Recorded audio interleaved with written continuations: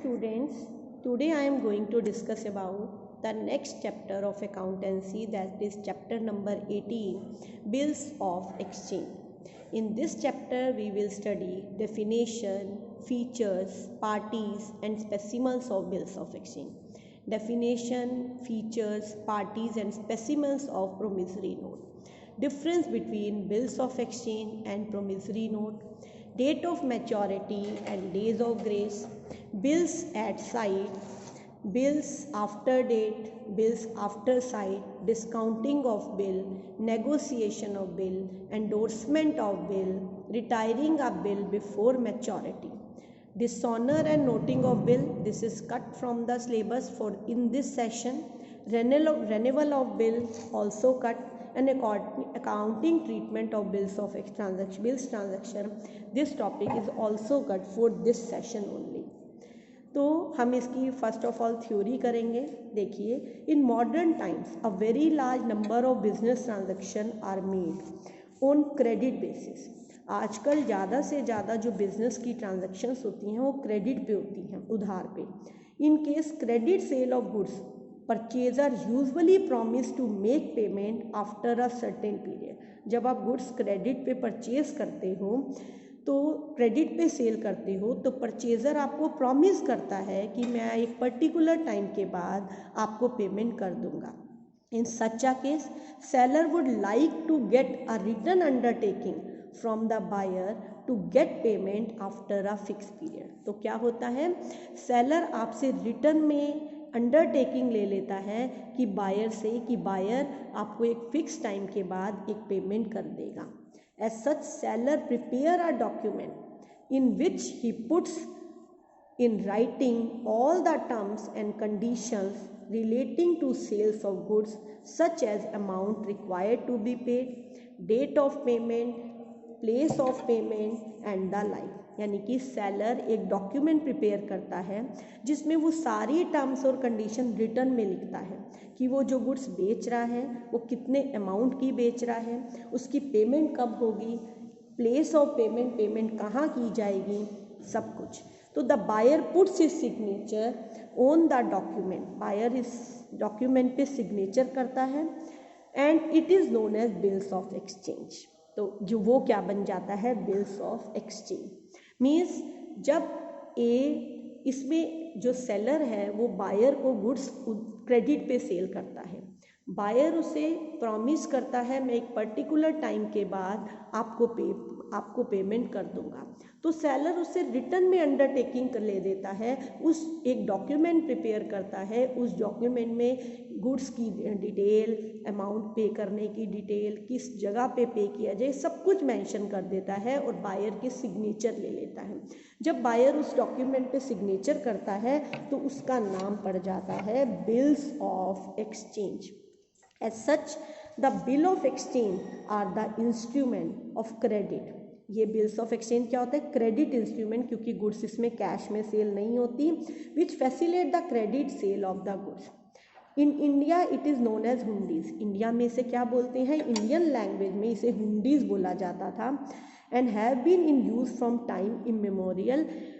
And the western country में इसका name होता है बिल्स ऑफ एक्सचेंज आजकल, एंड प्रोमिसरी नोट्स. तो हम यही नेम अब इंडिया में भी यूज़ करने लग गए हैं, bills of exchange and promissory notes, और इंडियन लैंग्वेज में इसे बोला जाता है हुंडीज. All such instrument are govern by, ये सारे इंस्ट्रूमेंट जो क्रेडिट इंस्ट्रूमेंट्स होते हैं जो आपको गुड्स क्रेडिट पे देने की फैसिलिटी देते हैं, वो इंडियन नेगोशिएबल इंस्ट्रूमेंट एक्ट 1881 के अकॉर्डिंग यूज़ होते हैं. इन पे rules and regulation Indian negotiation act 1881 के अप्लाई होते हैं. तो हम इसकी डेफिनेशन बहुत अच्छे से करेंगे, that is very very important.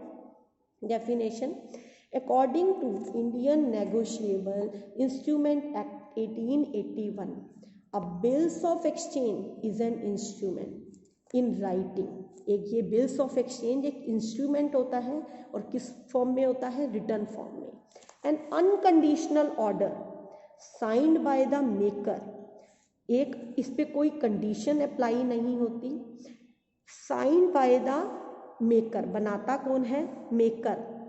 Seller बनाता है जो आपको गुड्स क्रेडिट पे सेल कर रहा है। डायरेक्टिंग टू पे a certain sum of money, और ये किसको डायरेक्ट कर रहा है, जिसको ये क्रेडिट पे गुड्स सेल कर रहा है, मीन्स बायर को डायरेक्ट कर रहा है आप एक पर्टिकुलर अमाउंट ऑफ मनी पे करो only or to the order of certain person. किसको, मेरे अकॉर्डिंग एक पर्टिकुलर अमाउंट पे करो, डायरेक्शन देता है, या उसी के ऑर्डर के अकॉर्डिंग एक पर्टिकुलर पर्सन को पेमेंट करो, या बियरर ऑफ द इंस्ट्रूमेंट, या ये इंस्ट्रूमेंट जिसके हाथ में है इस टाइम उसको पेमेंट करना है सर्टेन सम ऑफ मनी। ये सारी डायरेक्शन कौन बना देता है, मेकर, जो बिल बनाता है, जो आपको क्रेडिट सेल की फैसिलिटी दे रहा है। मीन्स कैसे, देखिए एक छोटा सा इसमें मैं आपको रिटर्न में बताती हूँ कैसे। A is the seller, A क्या है, एक सेलर है, and B is the buyer, B क्या हो गया, बायर। ए ने गुड्स सेल करी किसको, बी को, ठीक है। अब ए जो गुड सेल कर रहा है तो ए एक डॉक्यूमेंट प्रिपेयर करेगा, डॉक्यूमेंट प्रिपेयर करता है और डायरेक्शंस देता है किसको, बी को। क्या डायरेक्शंस दे रहा है कि वो एक पर्टिकुलर अमाउंट एक पर्टिकुलर डेट पर पे करेगा, किसको, या तो ए को पे होगा, या किसको, या वो मेंशन करेगा एक पर्टिकुलर पर्सन को, सर्टेन पर्सन, या जो इसका बियरर जिसके पास ये इंस्ट्रूमेंट है। जैसे ए ने बी को गुड्स बेची तो बी ने प्रॉमिस किया मैं आपको अमाउंट पे कर दूंगा, और उस डॉक्यूमेंट पे साइन करके ए को दे दिया। अब वो बिल्स ऑफ एक्सचेंज यदि ए के पास है तो ए को पेमेंट जाएगी, और यदि वो ए ने आगे थर्ड पर्सन सी को ट्रांसफ़र कर दिया है तो बी अब पेमेंट किसको करेगा, बी सी को पेमेंट करेगा, ओके, जिसके पास वो इंस्ट्रूमेंट है। तो that is called bills of exchange. तो अब बात आती है what are the characteristics of the bills of exchange. First, on the basis of the above definition following are the main characteristics. एक बार चाहे क्लियर दोबारा करते हैं। अब bills of exchange is an instrument is in writing return form में, an unconditional order sign by the maker, कोई conditional नहीं लगी होती, कौन करता है, मेकर साइन करता है, एंड डायरेक्टिंग टू पे, और डायरेक्ट करता है कि पेमेंट कैसे करनी है, सर्टेन सम ऑफ मनी, एक particular amount only to the order of certain person, या तो एक पर्टिकुलर पर्सन को पेमेंट करो, या जिसके हाथ में इस टाइम ये इंस्ट्रूमेंट है, बियरर मीन्स जिसके हाथ में ये इंस्ट्रूमेंट है बिल्स ऑफ एक्सचेंज, उसके पास पेमेंट करनी है। तो फीचर्स क्या हैं, अब bills of exchange must be in writing, return form में होना चाहिए। It must contain an order to make payment, ये रिक्वेस्ट नहीं होती, ये जो ए आपको गुड्स बेच रहा है उधार पे, वो ऑर्डर दे रहा है, अनकंडीशनल ऑर्डर है, इस पर कोई कंडीशन अप्लाई नहीं है, बट एक ऑर्डर है कि आप एक पर्टिकुलर अमाउंट एक पर्टिकुलर डेट पे एक पर्टिकुलर पर्सन को या जिसने उधार बेचा है उसको दो। The order must be unconditional, इस पर कोई कंडीशन अप्लाई नहीं है।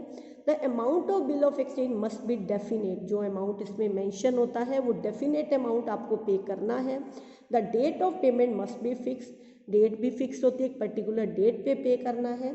It must be sign by the maker, जो बिल बनाता है, इनकी सेलर जो बिल लिख रहा है वो होता है, उसके साइन होने चाहिए उस पर, और उसे बोलते हैं ड्रॉर, जो बिल को लिखता है, जो गुड्स को उधार आपको सेल करना है। It must be sign by the acceptor, जो आपसे क्रेडिट में परचेज कर रहा है, बाय कर रहा है, उसे बोलते हैं ड्रॉई, उसके भी साइन इस पे होने चाहिए। The amount mention in the bill is repayable either on demand, ये अमाउंट जो है या तो हम आप जब डिमांड करोगे तब पे किया जाएगा, या on expiry of fix period, या आपको एक पर्टिकुलर टाइम जब दिया जाता है उसके बाद आप उस पर्टिकुलर टाइम पे आपको पेमेंट करनी है बायर को। The amount is payable either to the bearer to the bill, ये बिल का अमाउंट किसको पे किया जाएगा, जिसके हाथ में बिल्स ऑफ एक्सचेंज है, bearer, or to specify person or to his order, या किसी भी एक स्पेसिफाई पर्सन जिसका वो नाम मेंशन करेगा, ड्रॉर, सेलर, उसको पे करना है। It bear stamps according to its amount और is draft on stamp paper to the court. ये एक स्टैम्प पेपर पे लिखा जाता है और इस पे एक पर्टिकुलर अमाउंट की स्टैम्प भी लगी होती है। These are the features. तो which are the parties involved in bills of exchange? 3 parties. First one is drawer. He is the seller or creditor entitled to receive money from someone. Drawer कौन होता है, जो seller होता है, जो आपको goods credit पे बेचता है और जिसको अमाउंट मिलता है क्रेडिट सेल पे। ही राइट्स और ड्रॉ द बिल, जो बिल लिखेगा means seller, that is called drawer, वो क्या कहलाता है, drawer. And the bills of exchange is signed by the drawer, और वो भी इस बिल्स ऑफ एक्सचेंज पे साइन करेगा। सेकेंड, ड्रॉई और acceptor, he is the purchaser और द डेटर्स, जिसको आपने क्रेडिट पे बेचा है, अब जिसने आपको पेमेंट करनी है, यानी कि बायर, या उसे डेटर भी कहते हैं, जिसके ऊपर बिल लिखा जाता है। हु इज़ लाइबल टू पे the amount mention in the bill, और जिसका नाम इस पे लिखा जाता है कि वो पर्सन एक पर्टिकुलर टाइम पे आपको पेमेंट करेगा, सेलर को। ही एक्सेप्ट टू पे the amount by writing the word, वो इस बिल को एक्सेप्ट करेगा और इस बिल के ऊपर एक्सेप्टेड वर्ड लिख देगा और अपने साइन कर देगा। और bills is called draft before it's accepted, जब तक बिल्स क्या हुआ, एक्सेप्ट नहीं हुआ, तब तक वो बनता है draft. Bills is called draft, but जब इसे एक्सेप्ट कर दिया जाएगा तो वो बन जाएगा बिल्स ऑफ एक्सचेंज। सेकेंड हो जाता है पेई।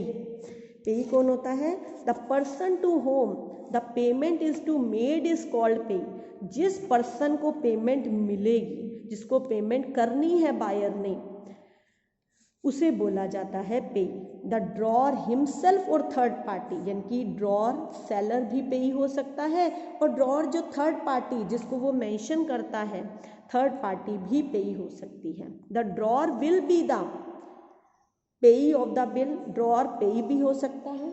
If he retains the bill till the date of maturity and receive the payment, यदि ड्रॉर अपने पास मेच्योरिटी डेट तक बिल को अपने पास रखेगा तो पेई वो खुद बन जाएगा, पर यदि वो थर्ड पार्टी को दे देगा तो जब थर्ड पार्टी के पास वो बिल होगा तो पेमेंट थर्ड पार्टी पर जाएगी तो वो पेई हो जाएगी। मीन्स पेई कौन होता है, जो पेमेंट को रिसीव करेगा।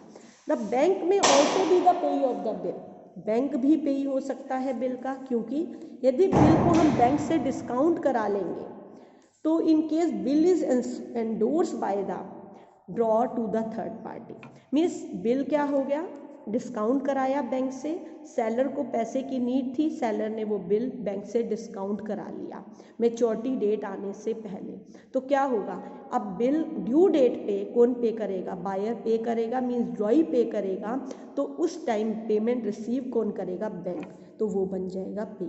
बट यदि हम बिल को एंडोर्स कर देते हैं थर्ड पार्टी को, तो अब बिल किसके पास है, थर्ड पार्टी के पास, तो थर्ड पार्टी अब पेमेंट लेगा तो थर्ड पार्टी एंडोर्सी भी कही जाएगी और पे भी की जाएगी। अब मैं आपको एक एग्जांपल से क्लियर करती हूँ। जैसे देखिए, ए पार्टी है, ए इज़ अ सेलर और ए इज़ अ ड्रॉर। ए को क्या बोलेंगे हम, ड्रॉर भी बोलेंगे। ए ने बी को बिल लिखा बी के ऊपर, B is the buyer and B is also called drawee. क्यों, ए ने बिल लिखा, 1 जनवरी को इशू हुआ, 3 मंथ का बिल लिखा, ओके, तो पेमेंट होगी जन से फेब से मार्च, मार्च से अप्रैल, यानी कि 1 अप्रैल। हम 3 दिन ग्रेस दे देते हैं, तो यानी कि पेमेंट होगी हमारी 4 अप्रैल को, ओके। अब 3 दिन 4 अप्रैल को ए बिल लिखेगा बी के ऊपर, क्लियर। जब इसने बिल लिखा, ए जब बिल को लिखता है, A writes the bill, okay, on B, तो ये बनता है ड्राफ्ट। पर इस बिल के ऊपर, ये बिल लिखा गया है, इस बिल पे जो बी है वो एक्सेप्टेड वर्ड लिख देता है, एक्सेप्टेड, तो ये बन जाता है बिल्स ऑफ एक्सचेंज, ओके। तो ए ने बी को बिल दिखा, बी ने इस बिल पे एक्सेप्टेड वर्ड लिख के इसको वापस कर दिया, यानी कि अब ड्यू डेट पे बिल किसके पास है, ए के पास, तो पेमेंट किसके पास आएगी, ए के पास। ओके, तो ए क्या हो जाएगा, पे, ए क्या हो जाएगा, पे, क्योंकि पेमेंट किसके पास आएगी, ए के पास। अब क्या होता है, बिल किसके पास है, ए के पास, बिल है ए के पास। अब ए ने इस बिल को क्या कर दिया, सी को दे दिया, ए ने इस बिल को किसको दे दिया, सी को शिफ्ट कर दिया, ए ने सी को पेमेंट दे दी। अब ए ने जब सी को बिल दिया तो बिल अब किसके पास है, बिल है सी।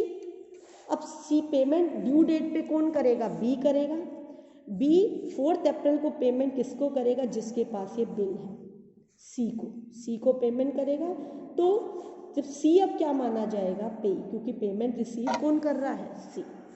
तो ए इज अ एंडोर्सर और सी इज द एंडोर्सी। क्यों, क्योंकि ए ने पेमेंट, अब ए के पास बिल नहीं है, बिल जिसके पास होगा पेमेंट वही करेगा। नेक्स्ट आ जाता है, उसके बाद ए ने बी पे बिल लिखा, 4 अप्रैल को बी इसको पेमेंट करेगा, पर ए को मनी की रिक्वायरमेंट है, ए को फंड चाहिए, मनी चाहिए, तो ए अपने बिल को क्या कर लेता है, डिस्काउंट करा लेता है बिल को, ओके, बैंक से। अब बिल किसके पास है, बैंक ने इसे ए को पेमेंट कर दी। अब ए पेमेंट कर, अब जो बिल है इस टाइम किसके पास, बैंक के पास। अब पेमेंट कौन रिसीव करेगा, ड्यू डेट पे पेमेंट बैंक रिसीव पेमेंट, तो इस टाइम बैंक क्या बन जाएगा आपका, पे। ओके, मीन्स जो पेमेंट रिसीव करेगा वो आपका पेई बन जाएगा। क्लियर। तो इसका देखो परफॉर्मा क्या होता है, स्पेसिमन ऑफ बिल्स का। आपका बिल लिखा न्यू दिल्ली 1 जुलाई ₹थी 5 लाख, स्टैंप लगा ऊपर, 2 months आफ्टर डेट पे टू मी। वो कहता है, ड्रॉर लिखता है 2 मंथ के बाद या तो तुम मुझे पे करना और माई ऑर्डर, या मेरे ऑर्डर पे जिसको मैं कहूँ उसको पे करना। कितना amount, sum of ₹5 lakh only for value receive. Acceptor accepted, sign करेगा, प्रेम किशोर ने इस बिल को एक्सेप्ट करा और करुणा सागर ने इस बिल को लिखा। That is called bills of exchange. 3 party थी, ड्रॉर जो बिल लिखता है, ड्रॉई जो बिल को एक्सेप्ट करता है, पेई जो बिल की पेमेंट रिसीव करता है, चाहे वो ड्रॉर खुद है, चाहे वो थर्ड पार्टी है, चाहे वो bank. I think you have clear this topic.